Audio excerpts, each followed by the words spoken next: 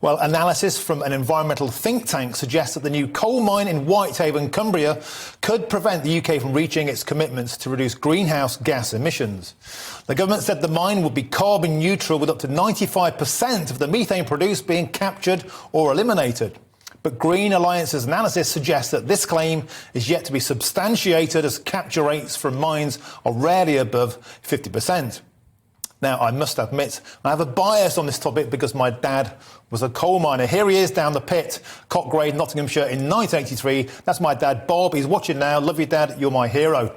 But I will endeavour to be a neutral arbiter in this debate between two guests on whether the benefits of opening coal mines in terms of jobs and bringing industry back to our shores outweighs the drawbacks. Well, now I'm joined by Lee Anderson, the Tory MP for Ashfield and a former coal miner. How are you doing, Lee?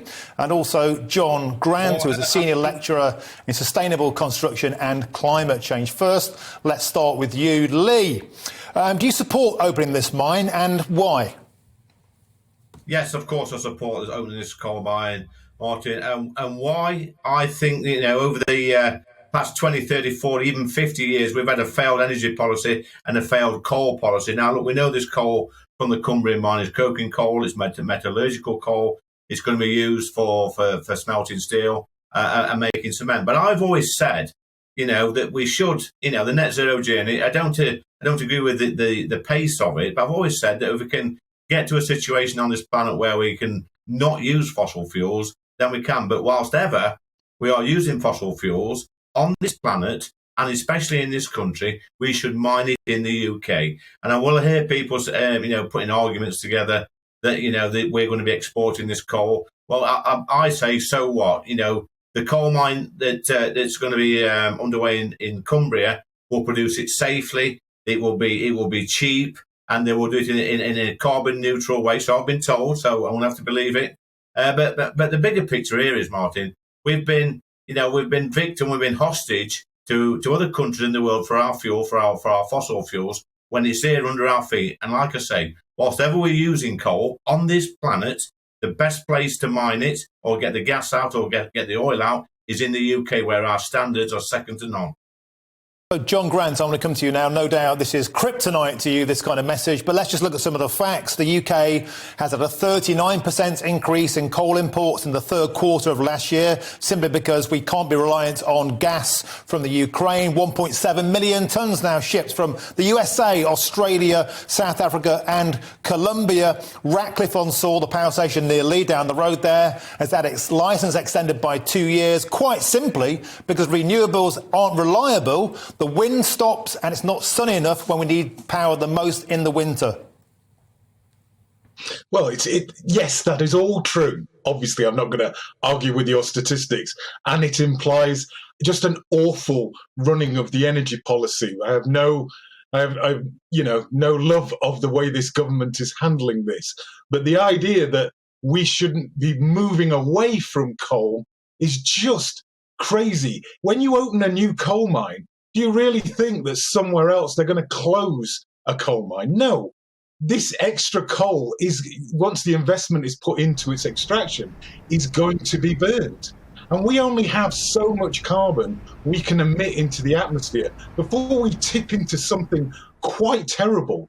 And, and that idea that we should be investing in our own country is obviously a really great idea, but we should be investing in energy efficiency. We should be investing in alternative technologies. Sweden is making steel using hydrogen, and here we are pulling coking coal for a 150-year-old technology. I'm sat in Sheffield here. My dad was a steel worker, my uncle a coal miner. Those were great jobs, and I wouldn't have it any other way. My hero too was my dad. But it's time to move to a sustainable, low-carbon future, and we don't just sort of accept it the way it is. We need jobs, we need people, and the way to do that is to pursue this sustainable, low-carbon future, not turn backwards and and increase our carbon emissions Okay, John. here in the UK. Okay, John, I want to come back to Lee there, because Lee, that's precisely the point, isn't it? One of the Tory government's central targets is levelling up, and surely the best way to level up any area is to give well-paid jobs to locals. Well, this is it. I mean, it's incredible, really, Martin, that the Labour Party and the environmentalists oppose the opening of this new coal mine. This is going to create 500 or 600 jobs. Miners earning 60 to 70 grand per year. That's an astronomical amount of wages they're going to earn. It's going to regenerate the whole area. And look, I don't know what John's talking about, to be honest. He probably doesn't know himself, because if this coal mine doesn't open, then another coal mine will probably open somewhere else in the world. That does nothing for the planet. Look, if we could turn the lights off tomorrow, we could turn all our heating off, shut every factory down, it wouldn't make a blind bit of difference to the emissions on this earth that we live on. So, like I've said, I sort of agree with John a little bit. We need to phase out fossil fuels, but whilst ever we're using gas, oil and coal, why should we import the stuff from other countries when we can do it safely in a much more environmentally friendly way? It's absolutely bonkers. And I will not be dictated to, and neither will my constituents, by people who are on six-figure salaries, to tell them that they should pay more in their electric and gas bills to subsidise this green journey. Yes, I don't mind the journey we're on, but don't make my residents pay more money for it on their gas and electric bills. And John, isn't a key point about this is the foreign ownership of all of these offshore wind farms in the UK. This has generated a huge amount of money, but not for the British taxpayer. No jobs, no tax. This is a simple case of ideology over reality, isn't it? No, it's not. We have more than 1 million jobs that are there for the taking as we convert to a low carbon future. This idea of 500 jobs now is just a ridiculous argument. There are millions of jobs. We start with 1 million. As we lower the costs to your constituents, to everybody in the UK, as we make ourselves more efficient. This is not about supplying more and more fossil fuel-based energy. This is about meeting the needs of our society and doing that in a sustainable, long-term way.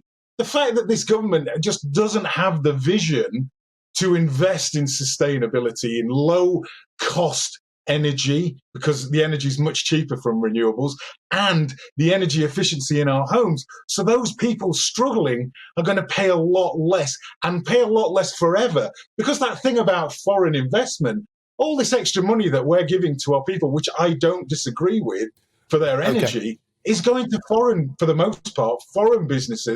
It is just pouring away. Surely what we need to do is to employ people in the UK to improve our efficiency, and those people pay less money overall. This is just a short-term event. And, John, John Grant, thank you for your time there, John. I know you're an impassioned guy. Lee, before you go, I want to ask you one quick question. You're going to have a knockout boxing match with Mr. Stop Brexit, Steve Bray, a guy that's been shouting in my ear all for a long time, and now yours. Is that serious, and are you in training?